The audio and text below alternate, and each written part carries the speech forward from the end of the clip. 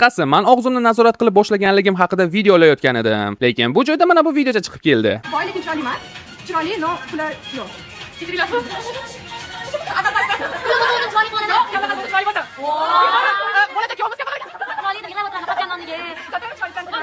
Maqsadlar noto'g'ri, andozalar noto'g'ri.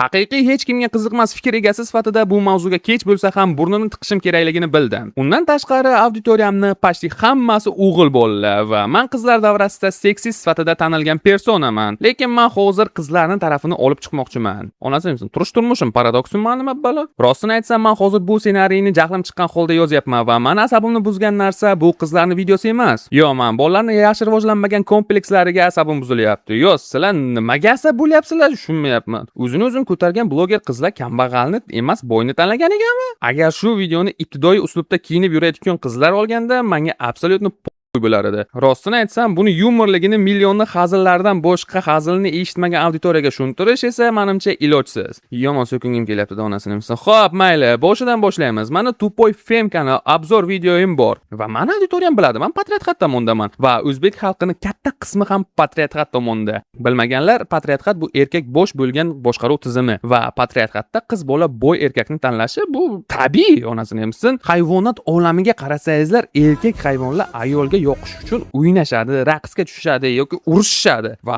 ayol erkakni tanlaydi. Va biz bilan ham xuddi shunaqa. Biz qancha boy bo'lsak, shuncha boyagi qizlarga e'tiborni cho'qirishga harakat qilamiz. Kachkaga boramiz, rivojlanamiz, чтобы qizlar bizga qarash kerak, bizani tanlash kerak. В принципе, tanlov huquqi bor bo'lgan qiz, demak, stoyshi qiz. Meni fikrim bo'yicha, agar unaqa tanlov bo'lmasa, qiz любой yigitga erga tegib ketaverishi mumkin edi. Xullas, shunaqa gaplar. Agar siz biz hayvon emasmiz desangizlar, kommentlaringizga bir qaranglar, hayvon sizlardan yaxshi fikr bildiradi. Rostini aytsam, bolalardan ko'nglim qoldi. Yo, sizlar fikrlab ko'ringlar, qiz bola tanlash kerak. Ikkita tanlovi bor. Biri kambag'al, ikkinchisi boy va qizni ikkalasida ham ko'ngli yo'q. Bila, qiz boyni tanlashi bu fakt, onasini hamsa sizlar ham shuni qilardingizlar. Yo, ana bu milfalar haqidagi prikollar sizlar tomonga yetib bormadimi? Yo, faqat meni oldimdan shuni o'tib ketib qoldimi deyman-da. Men hozir singillaringizga yoki opalaringizga tanlov imkoniyati bo'lganda qaysi birini tanlardingizlar deb boshlaringizni og'ritish niyatim yo'q. O'zi hamma shu gapni gapirdi va bolalar ham tikka ignor qildi bu argumentga. Bilmadim. Yaxshi qiz xohlaysizlarmi? Unda harakat qilinglar. Onasini hamsa Instagramga chiqib olib nolish o'rniga-da netikka o'xshab. Eng yomon ko'rgan odamim netikda ayrim individlar ruh ishni boykot qilishyapti. Maqsadlar noto'g'ri, andozalar noto'g'ri.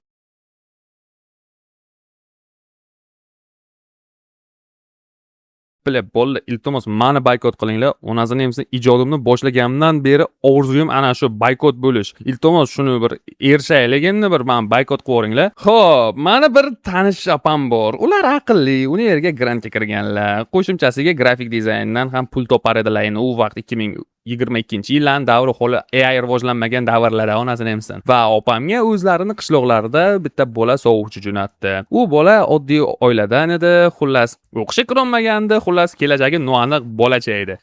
Va opam bolani tikka ignor qildi va bolani o'rniga, bola ham harakat qildi, kimgadir qiziq bo'lsa, ko'p sovchi jo'natdi orqasidan yurdi opamni. Lekin opam boshqa bir yigitga erga tegdilar. U yigit sal boyroq, Toshkentda yashardi, buxorolik bo'lsa ham. Oradan vaqt o'tdi va opam taylarida o'zi moshin bor, baxtli yashaydilar, bitta bolachalari bor, bolachalari yaxshi, quvnoq. Xullas, uzoqdan qarasak baxtli oilada ko'rinadi. Endi ichlarida qanaqa bilmayman. U bola, boyagi kambag'alroq degan bola, hozir 3 ta tug'dirib qo'ygan, u ham baxtli yashayapti, lekin holi beri ishi noaniq, lekin kunni ko'ryapti. Yomon yashamayaptilar. Unga fikrim yo'q, lekin opam aqlli bo'lib turib, kambag'al yigitni tanlashlarini xohlarmidim? Albatta yo'q, onasini hamsin. Bu fakt. Endi sizlarga bitta savol bermoqchiman. Boy bola agar opam aqlli, yaxshi qiz bo'lganlarida opamga borgan bo'larmidi? Ya'ni opamga sovchi jo'natgan bo'larmidi? Va opamda tanlov imkoni bo'larmidi? Albatta yo'q. Opam majbur o'sha bolaga, ya'ni kambag'alroq boylarga erga tegishlari kerak bo'lar edi. Agar bola hammasini yo'qotsa-chi degan gaplarni onasini hamsin, bu hayotda hamma narsa bo'lishi mumkin. Endi bu yog'i o'sha qizni o'zini fikrlash doirasidan kelib chiqib fikrlashimiz kerak va onasini hamsin bu gaplaringiz agarda rubrikasiga mosda. bunaqa debatda men ham agardalarni tiqib tashlasam bo'ladi. Misol, yaxshi, chiroyli, aqlli ayol sevib kambag'alga tegdi. Xuddi ertaklardagidek bo'ldi va bilasizmi nimaga ertaklarda ularning hayoti keyinchalik ko'rsatilmaydi? Sababi bilan romantika tugagandan keyin ayol erini miyasini zo'rlaydi. Keyin erini mensimaydi. Wow, naqadar baxtli oila. Yo'q, men shunaqa oilalarni realni eshitganman va bilaman va shu uchun aytyapman. Aqlli ayol salgina aqlsizroq erkak bilan kelisha olmaydi. Ya'ni mensimasni boshlaydi. O'zim ko'rganligim uchun aytyapman-da bu narsani va bu fakt. Shuning uchun hamma tengi bilan deb aytiladi. Fikrlashi yaxshi qiz, aqlli yigitni tanlashi bu aniq, boy yigitni tanlashi bu aniq. Men aytyapman, fikrlashi yaxshi qiz deyapman. Merkantilniy qiz emas. Merkantilniy qizga farqi yo'q. Unga boylik muhim, unga shaxsiy выгода muhim. U qiz boshqa, u qiz будущий perspektivasini tanlamaydi. U qiz просто hozirgi boylikni tanlaydi. Bu ikkalasi ikki xil tushuncha. Shu narsani tushunishlarni xohlardim va hamma qizlarni tam boylik yaxshi ko'radi, tuda yo'q. Merkantil qizlar juda ham ko'p. O'zbekistonda ham, в принципе, SNG hududida juda ham ko'p ular va bunaqa merkantilniy qizlar menga ham yoqmaydi. Va undan tashqari qiz bola vыбор kelganda, misol uchun uzoq yil sevishib yurgan yigiti va u yigit o'zi rivojlanmagan bo'lsa, u qizga boshqa bir yaxshi rivojlanganroq oiladan sovchi kelsa, tam ota-onam sizga chiqishimga qo'ymayapti, o'sha boyroq erkakka tegib ketaveradi. Chunki bu narsa u o'ylaydi, что sen bilan будущесini ko'rmayapti u qiz. Bu narsaga tan olishing kerak. Shu uchun onasini sen ko'tingni turg'izib, onasini nima deyapman? Ko'tingni ko'tarib ishla demoqchiman. Onasini ham sen bu yoqqa o'tirib olib Instagram real asabini buzayotgan narsa ana shu hozirgi videoda. Sen bilan o'tirib olib Instagramga chiqib olib nolayapsan, boykotlar qilyapsan, shu qizlarsan tanlamayapti voy bechoragina.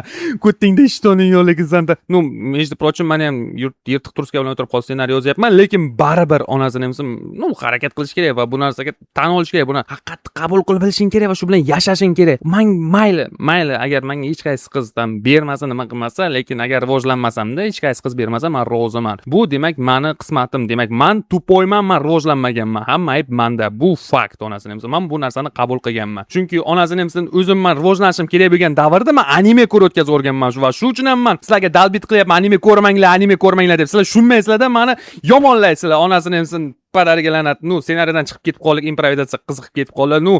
Ssenariyaga qaytamiz. Okay, qaytamiz. Bolalar, men qizlar taraf emasman. Tushunishlaringiz uchun. Men shunchaki to'g'ri deb bilgan narsamni aytaman. Siz uchun bu xatodir. Rostini aytsam, menga absolutni menga hozirgi juda ko'p qizlarni fikrlashi yoqmaydi. Juda katta qismi merkantil, feministik qarashga ega, radikal, tirnoqdan kir qidiradigan yoki yoshligidan makisi aldab zo'rlab qo'yganmi bilmayman, shunaqa qizlar ko'p. Shu bilan men bilaman, juda ko'p yaxshi qizlar bor. Yaxshi fikrlaydigan qizlar bor. Agar o'shanaqasini topsam, qo'yavermayman, ishoninglar. Agar topolmasam, chap qo'limdan yaxshiroq variantni hozircha ko'rmayapman. Endi bu qizni so'kmaymiz. Desak xafa bo'ladi, bu istalik. Onga pas, qoni kam, pasportida ismi, jinsi noma'lum. Desak ham xafa bo'ladi-da bu qiz bola chunki. Shuning uchun so'kmasdan bu videoni o'sha qizni dadasi ko'rish uchun maksimal aktiv ko'rsatinglar. Ras o'sha qizni Instagramga chiqib shunaqa gaplarni gapirishiga ko'z yumayotgan ekan. Endi bu ham chidaysiz. Короче, amaki uyga boryapsiz. Endi qizingiz videosini ko'rganmisiz yo'qmi bilmadim-ku, ammo qizingiz nima deydi? Hech narsa qilmagan, просто kambag'al, boyni taniysanmi degan joyga. Kambag'al bo'lsa, o'zim borib olaman. Xullas, mana degan joyga ko'ringda, keyin kommentariyasiga kirib, qizingiz oldiga borib, qizim yaxshimisan? Endi padaringga la'nat iblos mol desangiz, padar o'zingiz bo'lasiz. Unaqa deb o'tirmang. Qizim Instagramda nima qilyapsan? Shundan yana bir asablaringga tegib kommentarlarni chiqib, padarlarni demang. Nima deb urasiz? Qulog'ini tagiga tegsin. Mana unaqa bo'lishini xohlamadim. Kechiring desa ham, aka ishonmang. Endi turasiz, mana shu qarabda urasiz. U paytda mana kallasimda chaqirib ketadi-da. Keyin o'sha paytda rahmingiz kelib o'tirmasin. Boshqa qilmayman, qaytarmayman desa ham, yana bir marta shunaqa narsa qiladigan bo'lsam, mana deb yana turasiz aka. Butun O'zbekiston sizdan mamnun bo'ladi, sizni qo'llab-quvvatlaydi. Podpishka qiladi. Shu videoni o'ziga tashlab qo'ying. Bala, mana bu individni gaplarini eshitib, miyasidagi mushak va relyeflar tanasiga berib o'rganmi deb o'ylab qoldim. Otasini qo'shadi bera, tushunmayapman. O'z eng yomon ko'rganman shu narsa. Oila a'zosini qo'shishi, что o'sha narsani o'zicha targ'ib qilishi, haromi yo'q, nima gaplarni gapirib tashlaydi qiz bola. Bala, okey, men o'zim ham qiz bolani so'kkanman. Ana FMKni fikrlashingiz deganim uchun xoli ber o'zimni kechira olmayman, lekin shunisi bor-da.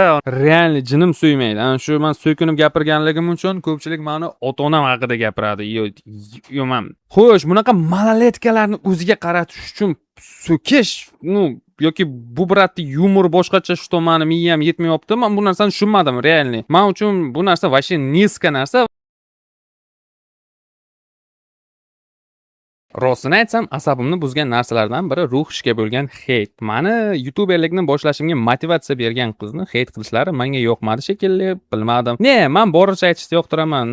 Bu shaxsiy emas. Shuning uchun yilning boshida shu qiz Instagramdan chiqib keldi va men bu qizning yumorini sevdim. Katta ehtimol bilan agar siz biron qiz yoqib qolsa, biron qiz sizlarga direktga yozasizlar va men bilaman, mingtalab bolalar orasida men hech kimga kerak emasman. Shunga o'zimcha o'yladim. Ozgina populyarni olay, keyin balkim yozib ko'rarman deb endi kecha soat 3 larda kelib qoladi-ku, shunaqa bidir-bidir xayollar. Endi hammada kelib turadi. Menga ham shunaqa bo'lib qolgan. Va ana shu kichik shans uchun men har kuni video ustida ishlay boshladim. Keyin hayotimda 1-2 o'zgarishlar bo'ldi, videolar kamaydi. Bunga yana moliyaviy tomon sabab. Xullas, hozir men shu videoni olyapman. Menimcha men asabimni buzgan narsa shu.